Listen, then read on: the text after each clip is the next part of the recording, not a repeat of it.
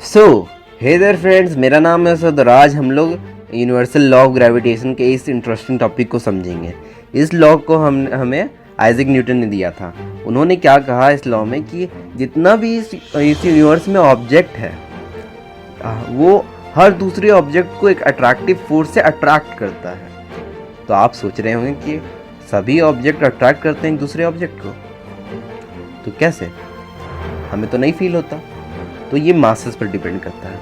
तो उन्होंने आगे क्या कहा कि ये जो फोर्स है वो मासेस पर डायरेक्टली प्रोपोर्शनल है और उन दोनों ऑब्जेक्ट के बीच का जो डिस्टेंस का स्क्वायर है उसके इन्वर्सली प्रोपोर्शनल है। समझे? मतलब कि जो दो ऑब्जेक्ट के बीच का जो डिस्टेंस है उसका स्क्वायर कर दीजिए, तो उसके स्क्वायर डिस्टेंस का जो स्क्वायर है उस फोर्स से इन्वर्सली प्रोपोर्शनल है। मतलब कि आप देख सकते हैं कि यहाँ पर दो ऑब्जेक्ट को लिया गया है m1 m2, यहाँ इसके बीच का डिस्टेंस d ले लिया गया है और फोर्स है यहाँ पर देखिए डायरेक्टली हम बता दे रहे हैं कि इसका g m1 m2 by D square. ये है इस फोर्स का, मतलब कि ग्रेविटेशनल फोर्स का फॉर्मूला। ग्रेविटेशनल फोर्स को अट्रैक्टिव फोर्स कह सकते हैं, समझे? यहाँ g है जो है ये यूनिवर्सल ग्रेविटेशनल कांस्टेंट को कहा जाता है। इसका वैल्यू होता है 6.67 इंटू 10⁻⁻11 न्यूटन मीटर स्क्वायर पर केजी स्क्वायर। यहाँ पर मीटर स्क्वायर नहीं लिखा हुआ लेकिन यहाँ पर मीटर स्क्वायर होगा, समझे? इसका हम डेरिवेशन कर लेते हैं कि F जो है वो डायरेक्टली प्रोपोर्शनल होता है मास 1 से मास 2 से। मतलब कि दोनों ऑब्जेक्ट के मास से जो अट्रैक्टिव ग्रेविटेशनल फोर्स होता है वो प्रोपोर्शनल होता है और उनके बीच का जो डिस्टेंस का स्क्वायर होता है उससे इन्वर्सली प्रोपोर्शनल होता है ग्रेविटेशनल फोर्स।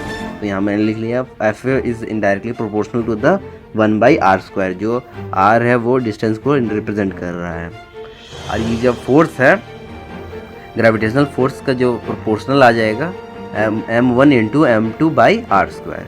और यहाँ पर जो g है यूनिवर्सल ग्रेविटेशनल कांस्टेंट यहाँ पुट कर देंगे तो हमारा एक्चुअल वैल्यू आ जाएगा ग्रेविटेशनल फोर्स का वैल्यू, एक्चुअल वैल्यू आ जाएगा किसी दो ऑब्जेक्ट के बीच का जो अट्रैक्टिव फोर्स है, मतलब ग्रेविटेशनल फोर्स है किसी दो ऑब्जेक्ट के बीच में, वो एक्चुअल वैल्यू हम निकाल सकते हैं अगर हम लोग ने या जी को पुट कर दिया तो समझ रहे हैं ना कि क्योंकि यहाँ पर प्रोपोर्शनल है तो एक कांस्टेंट लगा देंगे तो हमें एक्चुअल वैल्यू मिल जाता है। आपने मैथ में तो पढ़ा ही होगा ना, तो वही अप्लाई हो रहा है फिजिक्स में। तो जी का वैल्यू होता है 6.67 इंटू 10⁻⁻11 न्यूटन मीटर स्क्वायर पर केजी स्क्वायर। ये आपको याद रखना है, समझे? और इससे हम लोग पता है क्या कर सकते हैं, एक्सेलरेशन ड्यू टू ग्रेविटी निकाल सकते हैं। अब सोच रहे हो कि एक्सेलरेशन ड्यू टू ग्रेविटी, अब ग्रेविटी में कन्फ्यूज़न होता होगा किसी बच्चे को। तो क्या होता है कि ग्रेविटी जो होता है वो ग्रेविटेशनल फोर्स ही होता है, लेकिन ये जो एग्जर्ट किया जाता है किसी बड़े ऑब्जेक्ट, मतलब कि प्लैनेट जितना बड़े ऑब्जेक्ट के द्वारा जो ग्रेविटेशनल फोर्स एग्जर्ट किया जाता है उसे हम लोग ग्रेविटी कहते हैं, समझे? तो मतलब कि जो हम लोग का अर्थ है वो जो ग्रेविटेशनल फोर्स हम लोग पर देता है, जो मून है जो वो ग्रेविटेशनल फोर्स एग्जर्ट करता है उसको हम लोग ग्रेविटी कह सकते हैं। और जो हम लोग एग्जर्ट करते हैं ग्रेविटेशनल फोर्स उसे हम लोग नहीं ग्रेविटी कह सकते हैं।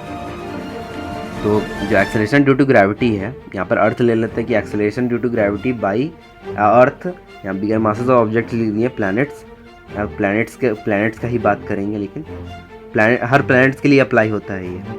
तो हम लोग कैसे फार्मूला निकाल सकते हैं इसका, मतलब कि किसी भी प्लैनेट का जो एक्सेलरेशन ड्यू टू ग्रेविटी हम लोग कैसे निकाल सकते हैं, जी यूनिवर्सल ग्रेविटेशनल कांस्टेंट, फिर उसका उस प्लैनेट का मास और फिर r², जो ऑब्जेक्ट के बीच में, जिस ऑब्जेक्ट के बीच में जो फोर्स लग रहा है, ग्रेविटेशनल फोर्स एग्जर्ट किया जा रहा है प्लैनेट के द्वारा, उस डिस्टेंस का स्क्वायर बाई में हो जाएगा।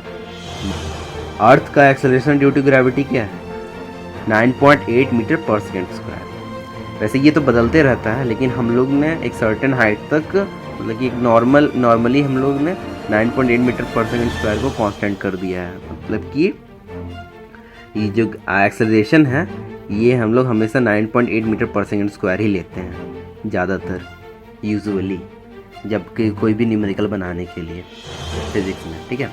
और जो मून पर जो एक्सेलरेशन ड्यू टू ग्रेविटी होता है वो interestingly 1/6 of the acceleration due to gravity of earth का होता है। मतलब कि 1/6 of the 9.8 metre per second square. ये उसका वैल्यू हो जाता है acceleration due to gravity on moon पर, समझे।